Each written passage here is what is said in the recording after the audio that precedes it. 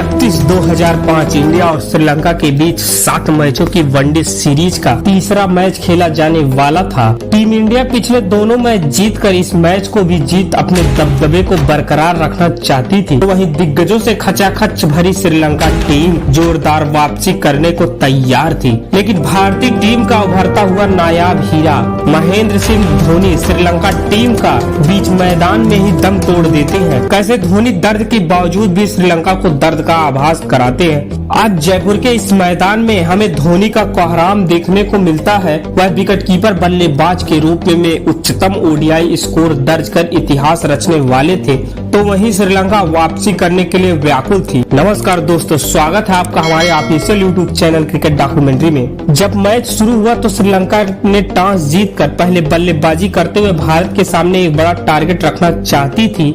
इसके लिए कुमार संगकारा और सनत जयसूर्या पारी की शुरुआत करते हैं। मैच के पहले ओवर की अंतिम गेंद पर एक चौका जड़ अपने इरादे साफ कर दिए, तो फिर दूसरे ओवर की चौथी गेंद पर एक शानदार चौका मार दिए, लेकिन अगले ओवर की पहली गेंद पर जयसूर्या के बल्ले का किनारा लेकर चौके के लिए चली जाती है। दोनों बल्लेबाज आउट होने से बाल बाल बचते रहे और छठवें ओवर की 5वीं गेंद बैट से होकर जयसूर्या के स्टंप को उखाड़ देती है। श्रीलंका को पहला झटका 31 रनों पर लगता है। इसके बाद संगकारा आतापत्तु के साथ मिलकर स्कोर को आगे बढ़ाया और यह जोड़ी और खतरनाक होती कि इसके पहले जेपी यादव ने आतापत्तु को धोनी के हाथों कैच करा दिया। शुरुआती 20 ओवरों में भारतीय टीम श्रीलंका पर दबाव बनाकर रखती है। आतापत्तु ने 49 गेंदों में महज 17 रन बनाए थे। फिर मैदान पर जयवर्धने आते हैं और आते ही एक शानदार चौका लगाते हैं। ये दोनों मिलकर लगातार शॉट लगाते रहे और स्कोर बोर्ड को धीरे धीरे आगे बढ़ाया और उसी बीच सिंगल के साथ संगकारा अपना 50 भी पूरा कर लिए। लेकिन श्रीलंका टीम का रन रेट बहुत कम था। इसके बाद मानो विकेटों का अकाल पड़ने वाला था, क्योंकि दोनों बल्लेबाजों ने तेजी से रन बनाना शुरू कर दिया, कभी सूझबूझ से तो कभी आक्रामक रवैया अपनाते। हर गेंदबाज का वही हाल करते जो श्रीलंका के बल्लेबाज चाहते, लेकिन वीरेंद्र सहवाग के एक ओवर में राहुल द्रविड़ ने एक कैच छोड़ दिया। उधर संगकारा तेजी से अपने शतक की ओर बढ़ने लगे, तो ही जयवर्धने ने अपना 50 पूरा कर लिए। श्रीलंका का स्कोर 37 ओवर 170 रन मात्र 2 विकेट था। अब श्रीलंका एक बड़ा टारगेट खड़ा करने के लिए एक नींव रख चुका था। वहीं शुरुआती 20 ओवरों में एक रन के लिए तरस उठा श्रीलंका की टीम में मानो अब रनों की बाढ़ आ चुकी थी। अब श्रीलंका टीम के 200 रन भी पूरे होते हैं, तो वहीं संगकारा 122 गेंदों में अपना शतक पूरा कर लेते हैं और तेजी से रन बनाने के प्रयास में जयवर्धने आउट हो जाते हैं। जयवर्धने ने शानदार 71 रनों की पारी खेली और अपनी टीम को मुश्किलों से बाहर निकाला, क्योंकि दोनों के बीच 151 रनों की साझेदारी हुई थी। अब मैदान पर दिलशान बल्लेबाजी करते हैं और संगकारा भी दिलशान का भरपूर साथ दे रहे थे और अब दोनों बल्लेबाज मानो रुकने का नाम ही नहीं ले रहे थे। दिलशान का दिल तब टूट जाता है जब सहवाग की गेंद पर आउट हो जाते हैं और श्रीलंका का स्कोर 240 रन 45.4 ओवर और 4 विकेट।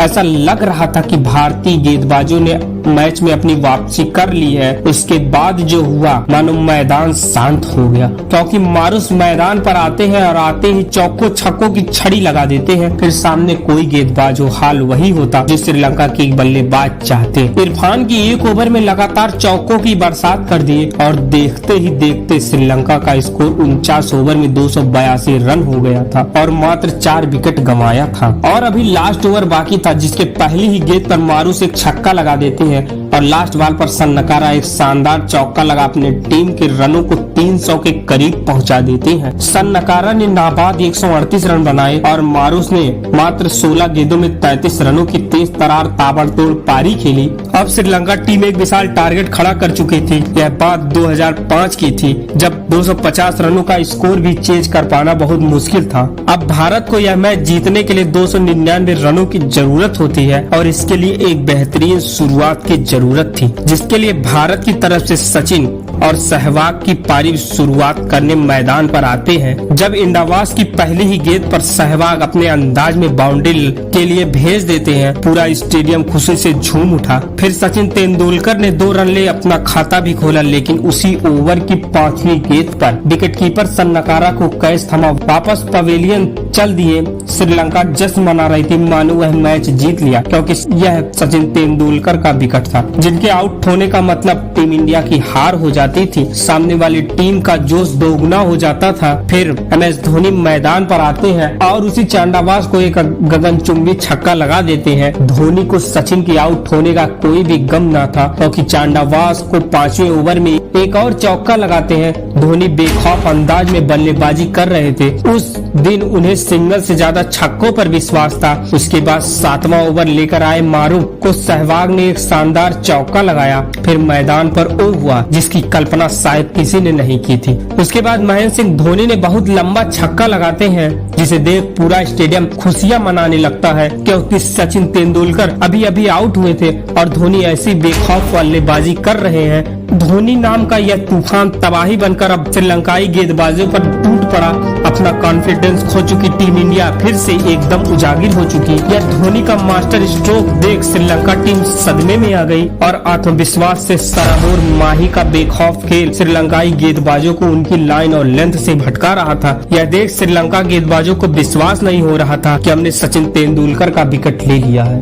उसके बाद महेंद्र सिंह धोनी ने फास्ट गेंदबाजों को भी आगे निकलकर शॉट लगा रहे थे। उसके बाद धोनी गेंदबाजों के साथ खिलवाड़ करने लगे। भारत का स्कोर 63 रनों पर मात्र 1 विकेट था और धोनी 32 गेंदों में 39 रन बनाए थे। श्रीलंका टीम धोनी को रोकने का प्लान बना रहे थे। सभी खिलाड़ी गेंदबाज को समझा रहे थे। उसके बाद धोनी ने एक और चौका जड़ मानो ऐसा कह रहे थे, रोक सको तो रोक लो, मैं तो ऐसे ही मारूंगा। लेकिन 99 के स्कोर पर सहवाग आउट हो जाते हैं। सहवाग 39 रन बना पवेलियन वापस चल दिए, लेकिन इससे धोनी को कहाँ फर्क पड़ रहा था। यह आगे निकलकर खेलते रहे और अचानक धोनी के पैरों में खिंचाव आ जाता है। लेकिन धोनी तो धोनी है, जब मन करे चौका लगाते, जब मन करे छक्का। फिर सामने चाहे जो गेंदबाज गेंदबाजी कर रहा हो, और राहुल द्रविड़ भी उनका खूब साथ निभा रहे थे। अब टीम का स्कोर 167 रन पर 2 विकेट था।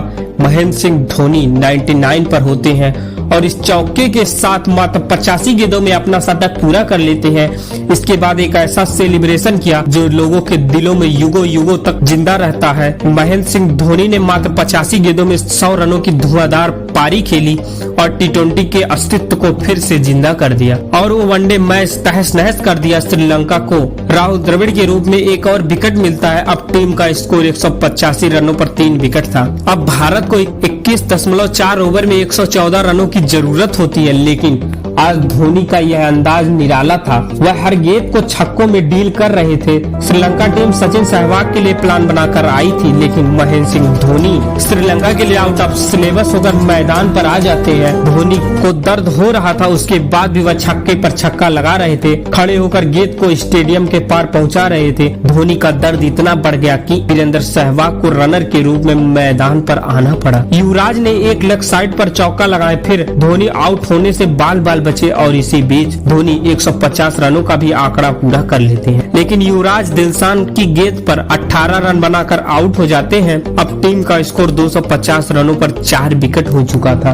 भारतीय टीम को 80 गेंदों में 49 रनों की जरूरत होती है। वेनु मैदान पर आते हैं और आते ही एक शानदार चौका लगाते हैं। उसके बाद धोनी इतना लंबा छक्का लगाते हैं कि श्रीलंका की लंका जला रहे थे और टीम का स्कोर 287 पर 4 विकेट था। अभी भारत को 35 गेंदों में 12 रनों की जरूरत होती है। महेंद्र सिंह धोनी 169 रनों पर होते हैं और विकेट कीपर के रूप में सबसे ज्यादा वनडे हाईएस्ट स्कोर पार करने में महज 4 रनों की जरूरत होती है और धोनी ने एक लंबा छक्का जड़ इस रिकॉर्ड को अपने नाम कर लिया।